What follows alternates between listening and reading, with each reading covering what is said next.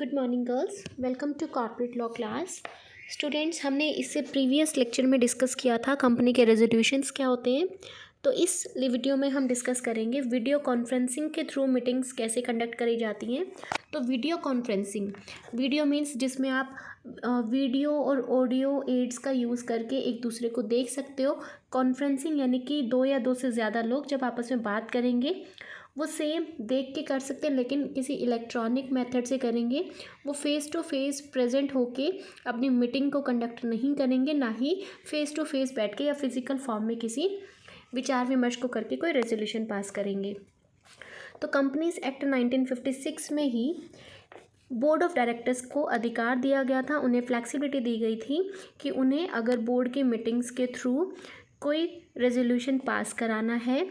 तो या तो वो मेंबर्स फिजिकली प्रेजेंट हो सकते हैं, या फिर कोई इमरजेंसी केस है तो ऐसे मेंबर सर्कुलर रेजोल्यूशंस भी पास करवा सकते हैं। लेकिन जब आप सर्कुलर रेजोल्यूशन पास कराते हो, यानी कि सिर्फ जब मेंबर्स फिजिकली प्रेजेंट हैं या फिर वो जहाँ पे भी हैं आप और आपके वो मेंबर्स बस वहीं पे ही जिस जगह पे वो लोकेटेड हैं उसी जगह पे रहते हुए ही उस चीज़ के ऊपर साइन कर रहे हैं, तो इसके कुछ अपने ही ड्रॉबैक्स हैं। तो इसीलिए सर्कुलर रेजोल्यूशंस को हम बोर्ड मीटिंग्स एग्जैक्टली नहीं कह सकते। जब भी आपने कंपनी की मीटिंग्स कैलकुलेट करनी है, हमने पढ़ा था कि कंपनी को कम से कम 4 मीटिंग्स पर ईयर कंडक्ट करानी ज़रूरी है। अगर आप इस तरह से कोई रेजोल्यूशन पास करा के उसको मीटिंग डिक्लेयर कर रहे हो तो ऐसा कंपनीज एक्ट में रिस्ट्रिक्टेड है, क्योंकि इसके अपने ड्रॉबैक्स हैं। अब अगर हम वीडियो कॉन्फ्रेंसिंग की बात करें तो आज के टाइम में यानी रिसेंट टाइमिंग्स में इंफॉर्मेशन टेक्नोलॉजी ने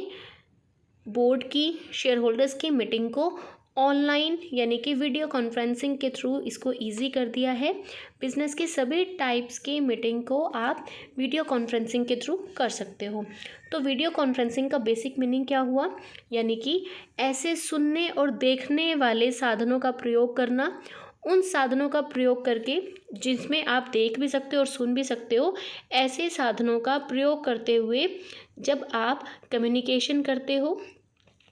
किसी मीटिंग में पार्टिसिपेट करते हो, एक दूसरे के साथ बातचीत कर रहे हो। इफ़ेक्टिवली जब आप किसी मीटिंग में पार्टिसिपेट कर रहे हो, और इफ़ेक्टिवली पार्टिसिपेशन तभी होगा जब आप किसी मीटिंग में प्रेजेंट होते हुए बोल भी सकते हैं, यानी अपने विचार रख भी सकते हैं और दूसरे के विचार सुन भी सकते हैं।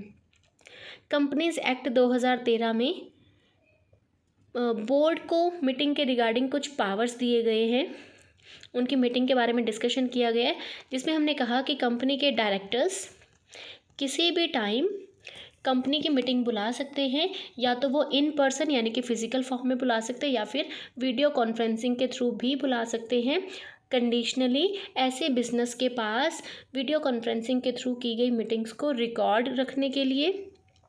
उनकी प्रॉपर उनको रिकॉग्नाइज़ करने के लिए, उनको रिकॉर्ड करके और उनको स्टोर करके रखने के लिए कंपनी के पास प्रॉपर अथॉरिटी होनी चाहिए, प्रॉपर रिसोर्सेज होने चाहिए, तभी कोई कंपनी वीडियो कॉन्फ्रेंसिंग के थ्रू मीटिंग को कंडक्ट करा सकती है।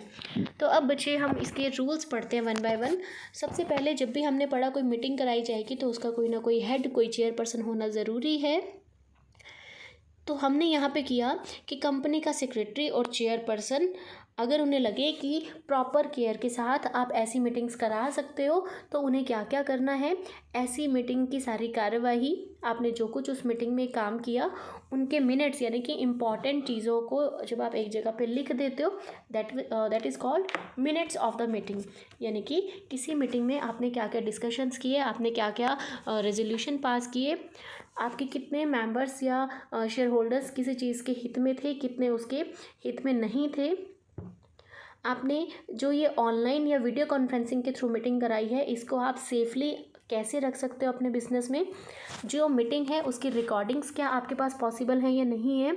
साथ में कोई भी ऐसा पर्सन मीटिंग को अटेंड ना करे जो कि कंपनी से रिलेटेड ना हो। कंपनी के सेक्रेटरी और चेयरपर्सन को इन चीज़ों का ध्यान रखना है। उसके बाद हमारे पास आता है कि अगर कोई डायरेक्टर वीडियो कॉन्फ्रेंसिंग के थ्रू मीटिंग में पार्टिसिपेट करना चाहता है या किसी और ऑडियो विजुअल तरीके से मीटिंग में पार्टिसिपेट करना चाहता है, तो ऐसे तरीके के लिए उसे कंपनी को इन्फॉर्मेशन पहले ही देनी ज़रूरी है। अगर कंपनी का कोई डायरेक्टर चाहे तो इलेक्ट्रॉनिक मोड से यानी कि किसी आने वाले कैलेंडर ईयर से अपने बिजनेस की मीटिंग्स में पार्टिसिपेट करने के लिए वो बोल सकता है कि वो फिज़िकल फॉर्म में प्रेजेंट नहीं होगा, वो इलेक्ट्रॉनिक मोड से ही मीटिंग्स को अटेंड करेगा। जब भी आपकी मीटिंग स्टार्ट होगी तो एक रोल कॉल किया जाएगा। रोल कॉल का मतलब कि जो चेयरमैन है, चेयरपर्सन है, मीटिंग का हेड है, वो हर डायरेक्टर की ऑनलाइन या वीडियो कॉन्फ्रेंसिंग वाली मीटिंग में भी उनकी प्रेजेंस चेक करने के लिए उनकी रोल कॉल बोलेगा, यानी कि उनका नाम अनाउंस करेगा, ताकि ये पता चल सके कि इस वीडियो कॉन्फ्रेंसिंग वाली मीटिंग में कितने डायरेक्टर्स अवेलेबल हैं और कितने डायरेक्टर्स अवेलेबल नहीं हैं। रिकॉर्ड पर्पसेस के लिए चेयरपर्सन को क्या क्या लिखना है? नेम, यानी कि name of directors who are attending the meeting through video conferencing. दूसरा, जहाँ से कोई डायरेक्टर पार्टिसिपेट कर रहा है मीटिंग में, उसकी वो लोकेशन। थर्ड, क्या उस डायरेक्टर को मीटिंग के रिगार्डिंग एजेंडा या नोटिस पहले मिला था? क्या उस मीटिंग में डिस्कस की जाने वाली सारी चीज़ें डायरेक्टर के पास ऑलरेडी अवेलेबल हैं? फोर्थ पॉइंट, डायरेक्टर के सिवा अगर कोई और पर्सन मीटिंग अटेंड करना चाहता है तो वो ऐसा नहीं कर सकता, और अगर किसी पर्सन के पास एक्सेस है मीटिंग्स का तो भी ऐसा व्यक्ति अगर अटेंड करना चाहता है वीडियो कॉन्फ्रेंसिंग के थ्रू तो उसे कंपनी के चेयरपर्सन या सेक्रेटरी से परमिशन लेनी ज़रूरी है। उसके बाद जब चेयरपर्सन डायरेक्टर की रोल कॉल करेगा, यानी कि उनका नाम अनाउंस करेगा, तो कंपनी का सेक्रेटरी या चेयरपर्सन क्या करेगा कि उसे बोर्ड ऑफ डायरेक्टर्स को इन्फॉर्म करना है कि डायरेक्टर्स के सिवा कौन से पर्सन्स जो कि नॉन डायरेक्टर्स हैं वो इस टाइम मीटिंग में प्रेजेंट हैं। उसके बाद जब आप या तो फिज़िकल मीटिंग करा रहे हो तो भी हमने एक क्योरम वर्ड पढ़ी थी, यानी कि कितने सदस्य कम से कम कितने सदस्य होने पे हम किसी मीटिंग को वैध मीटिंग बोल सकते थे। सेम केस अगर आप वीडियो कॉन्फ्रेंसिंग के थ्रू मीटिंग कर रहे हो तब भी आपके पास कितने minimum number of members present होने चाहिए, तो यानी कि इसमें भी आपका वो क्योरम प्रेजेंट होना चाहिए ताकि किसी मीटिंग को आप वैलिड मान सको।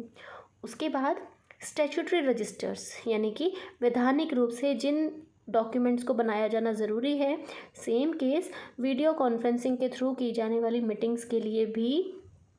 कंपनी को रजिस्टर प्रिपेयर करना ज़रूरी है, जैसा कि कंपनीज एक्ट के प्रोविज़न में बोला गया है, और ऐसे रजिस्टर को भी वहीं रखा जाएगा जहाँ पे कंपनी का रजिस्टर्ड ऑफिस है और जहाँ पे रजिस्टर ऑफ मेंबर्स को आप रखते हो। उसके बाद हर पार्टिसिपेंट को मीटिंग अटेंड करते ही अपना इंट्रोडक्शन देना ज़रूरी है, क्योंकि वो रिकॉर्ड पर्पसेस के लिए वीडियो कॉन्फ्रेंसिंग मीटिंग के रिकॉर्ड्स रखे जाते हैं। उसके बाद या फिर अगर कोई मेंबर या कोई पार्टिसिपेंट किसी एजेंडा या किसी पर्पस के बारे में बोलना चाहता है तो उससे पहले भी, चाहे वो वीडियो कॉन्फ्रेंसिंग के थ्रू मीटिंग है, उसमें उसको मेंबर को या डायरेक्टर को बताना ज़रूरी है कि वो कौन है, यानी कि उसे अपना इंट्रोडक्शन देना ज़रूरी है। उसके बाद अगर कोई मोशन ऑब्जेक्ट हो जाता है, यानी कि जैसे आप कहते हो कि आपने कोई विचार रखा है या कोई सुझाव दिया है विचार विमर्श करने के लिए और ऐसा कोई सुझाव आपका रिजेक्ट हो जाता है तो आपको वोटिंग की रिक्वायरमेंट है। अगर किसी केस में या किसी प्रस्ताव को आप पास कराना चाहते हो उसके लिए इक्वल वोटिंग हुई है, यानी कि 50% येस के लिए और 50% नो के लिए, तो इस केस में आप चेयरपर्सन की भी वोटिंग करा सकते हैं। चेयरपर्सन के वोट को हम कास्टिंग वोट बोलते हैं और इस कास्टिंग वोट से ही किसी मोशन के लिए डिस्कशन करके उसको फाइनल डिसाइड किया जाता है कि क्या उसे पास किया जाना चाहिए या नहीं।